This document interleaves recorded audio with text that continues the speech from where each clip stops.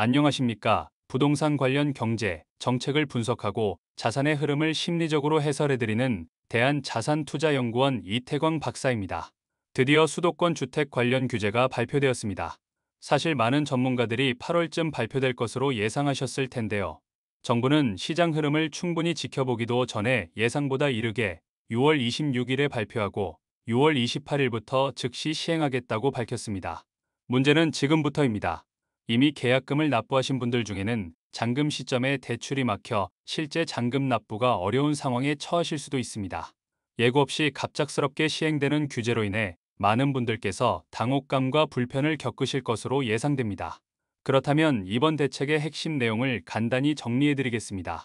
첫째는 주택담보대출 한도 6억 원 제한입니다. 앞으로 수도권이나 규제 지역에서 주택을 구입하실 경우 주택담보대출은 최대 6억 원까지만 가능합니다. LTV 비율보다 절대금액 기준이 더 우선되는 방식으로 바뀐 것입니다. 즉 12억 원짜리 집이든 15억 원짜리 집이든 대출은 6억 원까지만 가능하다는 의미입니다. 이 같은 방식은 과거 문재인 정부 시절의 수요 억제 정책과 매우 유사합니다. 둘째는 다주택자에 대한 주담대 전면 금지입니다. 이제 다주택자분들은 수도권이나 규제 지역에서 추가로 대출을 받을 수 없습니다. 뿐만 아니라 1주택자이시더라도 기존 주택을 처분하지 않으시면 추가 매입 시 대출이 불가능하게 됩니다. 쉽게 말씀드리면 이른바 갈아타기 수요도 사실상 막혔다고 보셔야 합니다. 똘똘한 한 채 전략이나 세컨드 하우스 등 투자 목적의 매수도 이제 대출을 통해 진행하시기 어려워졌습니다. 셋째는 실거주 요건 강화입니다. 대출을 이용해 주택을 구입하신 경우 6개월 이내에 반드시 전입 신고를 하시고 실제로 거주하셔야 합니다. 이를 이행하지 않으실 경우 대출이 회수될 수 있으며 추가적인 금융 제재도 가능하다고 밝혔습니다. 즉 전세를 끼고 집을 사는 이른바 갭 투자는 앞으로 사실상 불가능해졌다고 보시면 됩니다. 그렇다면 정부는 왜 지금 이 시점에 이런 강력한 규제를 내놓았을까요?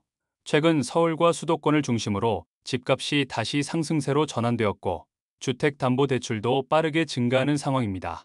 정부는 이러한 흐름을 시장 과열 신호로 해석하고 선제적으로 금융 규제를 통해 과열을 차단하겠다는 의지를 밝힌 것입니다. 그리고 이번 조치는 1단계일 뿐이며 필요하다면 규제 지역 확대, 세금 강화 등 추가 조치도 검토할 수 있다고 덧붙였습니다. 정리해드리겠습니다. 수도권 주택담보대출은 이제 6억 원 초과가 금지됩니다. 다주택자는 대출 자체가 불가능하며 1주택자도 기존 주택을 팔지 않으면 추가 매입 대출이 제한됩니다. 그리고 6개월 내에 실거주하지 않으시면 대출이 회수됩니다. 앞으로 부동산 시장은 단기 투자보다는 실거주 중심으로 재편될 가능성이 높아졌습니다. 이번 정책이 향후 집값에 어떤 영향을 미치게 될지 또 투자 심리에는 어떤 변화를 가져올지 계속해서 예의주시할 필요가 있습니다. 지금까지 부동산 심리와 정책 흐름을 해설해드린 대한자산투자연구원 이태광 박사였습니다. 이 영상이 도움이 되셨다면 구독과 좋아요, 그리고 알림 설정도 부탁드립니다. 시청해주셔서 감사합니다.